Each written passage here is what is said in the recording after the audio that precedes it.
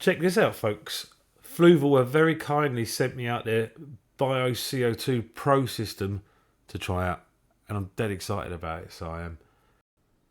So they sent me out the system itself, some refills because it generally lasts about a month, they're saying, and the CO2 checker, which I can't wait to have a go at this. I'm going to get my geek right on with that. First off, as I've said before, Fluval always do a really good job of their packaging. Always makes the item look classy, whilst giving you lots and lots of information that you're going to need to understand the product. However, it doesn't get blurry, there's not too much, it's not overwhelming. I just think it looks stylish and neat. I like to have a lot of information available when I'm considering buying a product if I'm looking at it on the shop shelf. So that's a score for me. The clever thing about this system, I think, is it sits midway between your high-end pressurised systems that can be expensive, complicated, and could be troublesome. You could have some issues with it. And the DIY kind of systems, which again are not without their difficulties. This looks like it's got all the equipment you'd associate with the high-end versions, but with much more ease and much more confidence and reliability. I'm not sure about the price just now because I don't think it's out yet. It might just be out. I know it's coming out this month, so I can't tell you that at this moment, I'm afraid. Regardless, let's bust the seal open and get it out to have a look. See what we've got inside.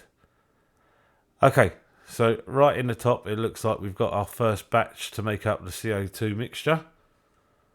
I said you can get refills, that's them on the left. It should last about 30 days. Once you've made it up.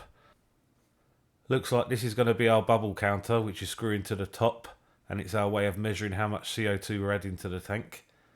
The faster the bubbles are flowing, the more CO2 we're supplying to the aquarium. That's just one of the things that make it a professional looking piece of kit compared to the DIY versions that I was mentioning before. Then we've got the stainless steel chamber, absolutely solid. Beautiful brushed metal look about it, and a nice is that embossed Fluval logo, subtle Fluval logo I'd call it. It doesn't leap out at you, does it? But it clearly stamps their brand. Let's get the lid open and look inside. Screws nicely, you can feel that it fits together well, and there's some gear in here as well then, so let's have a look what we got. A wee box.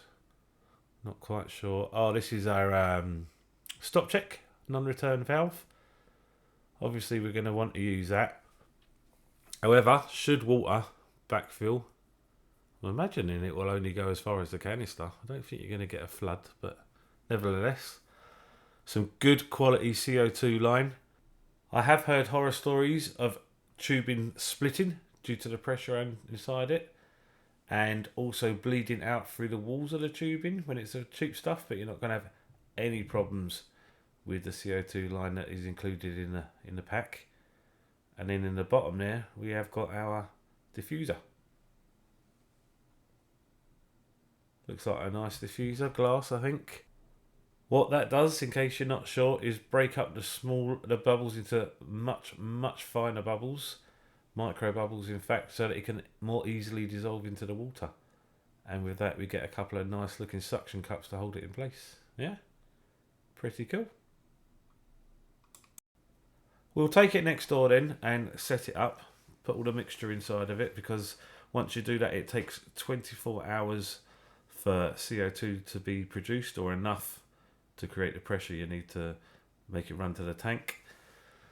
So what I think I might do is do a separate video showing how to set it up on the tank once that's ready.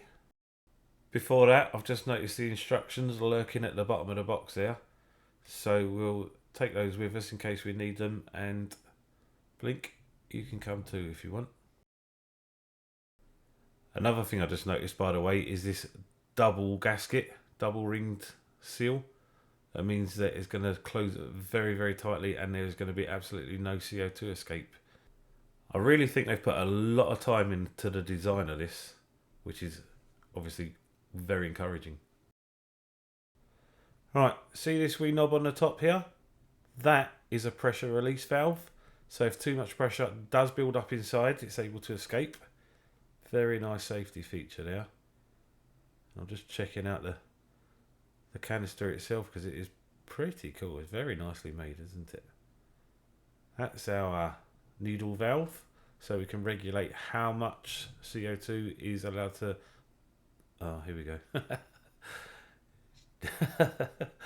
Got to be involved, haven't you?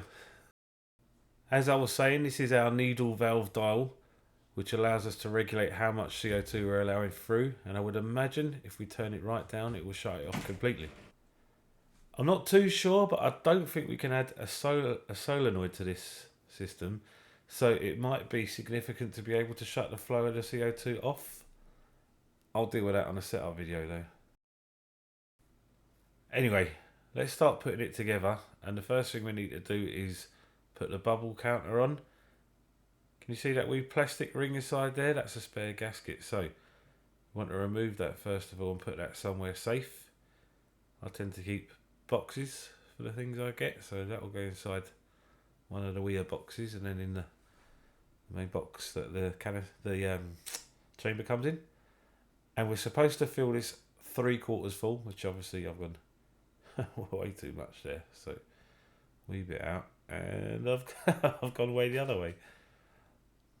Bit more finesse needed here. There we go. It's about 3/4. Do you think? So screw the lid. Well, screw the top of it back on anyway, and then we can screw it into the top of the chamber. We need to take this wee guard off first. I think that's just to protect it in transit kind of thing. And then our bubble counter should screw straight onto the top there. And I must say, everything screws together very, very smoothly but tightly. Does feel like quality that we're working with here. So just to point this out, there is a max fill line indicator on the inside. Feels like you do add quite a lot of water actually, but I'm sure Fluval know what they're doing. So to make up our CO2 mix, like I said, you get these complementary in the packet, the bioactivator and the booster. So there's two models, the 250 for tanks up to 250 litres and the 125. So for the 250 you're going to need 2 packets of each, both the BIO-Co2 activator and the booster. And for the 125 you're going to need 1 of each. So we'll toss all of those in first of all. I imagine the activator is yeast, but I'm not at all sure what the BIO-Co2 booster is, if I'm honest with you. Perhaps we'll find that out later on.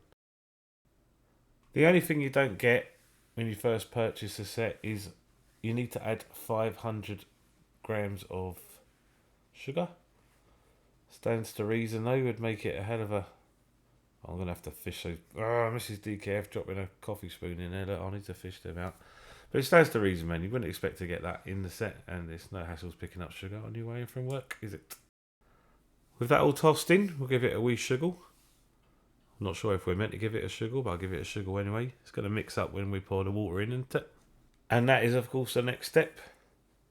Now, I did double check this on the instructions because I wasn't sure if you were meant to use dechlorinated water or even RO water, but it does say here, you see that? Add room temperature tap water. So the only stipulation was it had to be room temperature. With that done though, we can put the lid on, screw it on nice and snug, and then just make sure that the valve is closed over to allow the pressure to build up inside. Remember I said that would take 24 hours, around about 24 hours. That'll depend somewhat on the room temperature because you are supposed to keep this at room temperature to get optimal results. I think the yeast likes to be warm. I'm really quite impressed with it so far. If it performs as well as it looks and as good as the build quality is, I think it's going to be smashing. I did notice it's easy to get fingerprints and marks on the chamber, so if you're quite particular you might want to rub it down with a soft cloth. But yeah, I think it's smashing. Like I say, I'm going to do another video installing it on the tank and a few more thoughts once I've done that. But yeah, so far so good. Thank you, Fluval, for the chance to have a wee play with it.